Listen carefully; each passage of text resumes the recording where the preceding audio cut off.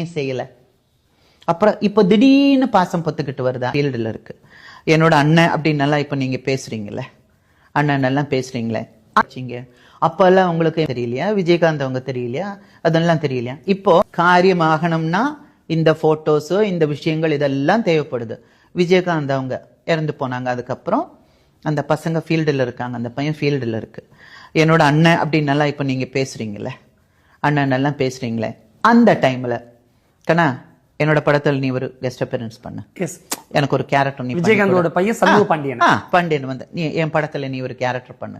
இல்ல ஒண்ணு பண்றேன், உன்னோட படத்துல நான் ஒரு சாங் பண்றேன். ஒரு சாங் ஒரு ஃபைட் உனக்காக இல்ல என்னோட அண்ணனுக்காக. விஜயகாந்த் ஏன் செய்யல? ஆமா, விஜயகாந்த் அண்ணனுக்காக நான் பண்றேன். ஏன் செய்யல?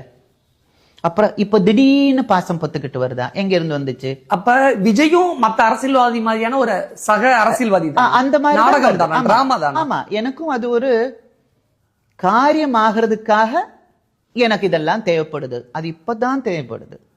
போன வாட்டி தேவைப்படல, ஆனா இப்ப தெரிய வந்திருக்கு நமக்கு இதெல்லாம் இருந்தால்தான் அவங்களை எடுக்க முடியும் அப்படின்ற மாதிரி.